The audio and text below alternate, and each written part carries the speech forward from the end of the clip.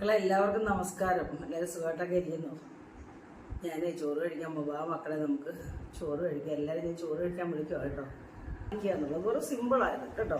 കണ്ട മത്തിയായിരുന്നു, മത്തിക്കറി, മത്തി മുളക് കറി വെച്ച്, പിന്നെ 5-6 ബീൻസ് ഇരുന്ന് അതും ബീൻസും സവാളയും കൊണ്ട് തോരനും വെച്ച്, പിന്നെ മക്കളെ ഈ വഴുതനങ്ങയുണ്ടല്ലോ, വഴുതന എനിക്ക് ഭയങ്കര ഇഷ്ടമാണ് ഇങ്ങനെ കഴിക്കുന്നത്. അപ്പോൾ ഇതും എടുത്ത് ഞാൻ ഈ മീനൊന്നും അധികം കൂട്ടില്ല മക്കളെ. ഒരു കഷ്ണം ഒരു ശകലം ചാറ് കൂട്ടുന്നുള്ളൂ. പിന്നെ ഇത് സാമ്പാർ കേട്ടോ മക്കളെ.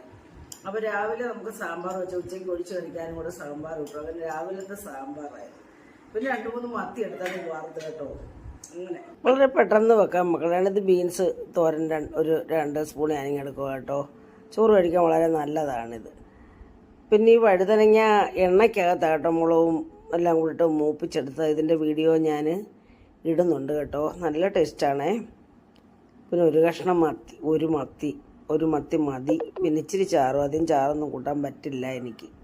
നല്ല ടേസ്റ്റാണ് മത്തിക്കറി കേട്ടോ. നല്ല മത്തിയായിരുന്നേ. കുറച്ച് സാമ്പാറും എടുത്ത് ഒരു വറുത്ത മീനും എടുത്ത്. അപ്പോൾ ഞാൻ കഴിക്കട്ടെ മക്കളെ. അപ്പോൾ എല്ലാവരും വാ, നമുക്ക് ചോറ് കഴിക്കാം. സുഖമായിട്ടിരിക്കാം എല്ലാവരും കേട്ടോ.